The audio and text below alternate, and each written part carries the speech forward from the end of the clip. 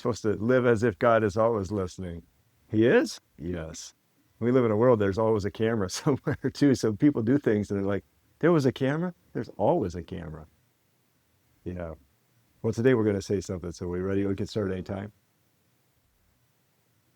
Hello, we're talking about Rural Life Day, which we just celebrated with a bishop. It's really one of these annual events that I haven't had a chance to attend very often, but it reminds us of how we depend on God, creation, food. We can't live without it. We have to eat to live. We're biological creatures. If you live to eat, that's called gluttony. That's a whole separate thing. But so today we're in the cranberry bogs of Warrens, Wisconsin, up there by Toma, and just learning about how cranberries are raised, that we're the number one producer of cranberries in the United States, how they were named after the cranes. Somebody was telling me all this, and interesting, but more important than the industry is the people.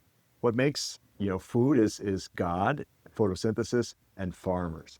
And I was raised on a farm, and at the time I think I didn't always like being out there. Too much work, and the kids in school or in the cities, they were having more fun, had more access to entertainment. But I look back and I thank God I was raised in that way, because you learn a lot about creation, which is to see God. I brought a little chicken here today. When I was at Holy Name in Wausau, I had chickens the last year and a half, but they were all just, well, what would you say? They were sent abroad now to other opportunities. Two went to Pulaski, and so we had to get a letter of suitability because that's a different diocese. And then 5 stayed in Rib Mountain. But those chickens were, they produce eggs, but there's something about creation that they're just a lot more carefree, right? They don't have the kind of stressors that we do, and they just seem like happy hens. If you gave them the right food, gave them some chance to go out. They love to be free range, so let them outside. Watch out for hawks and owls. Everybody wants to eat a chicken sandwich, and they would lift my spirits. I remember seeing a presentation about having a pet, and there are lots of studies about how animals can have a positive effect on us. They teach us responsibility. You have to take the dog for a walk, make sure he gets fed. Cats, they're a little lower maintenance, but also they teach us about mortality.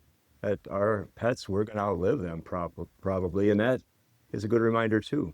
That farmers are around creation, and every spring, the miracle of growth, something being born. And after a long cold winter and everything's frozen, you think, oh, nothing's going to grow out there, but it does. The miracle on this planet is not death. There's nothing surprising about that, but life, which comes back every year. And God provides. He's the giver of the early and the latter rains, and farmers depend on him. And we depend on those farmers. So today we honored them. We thank God for them because they help us to be fed biologically. And to remember that here we have no lasting city. We're just passing through.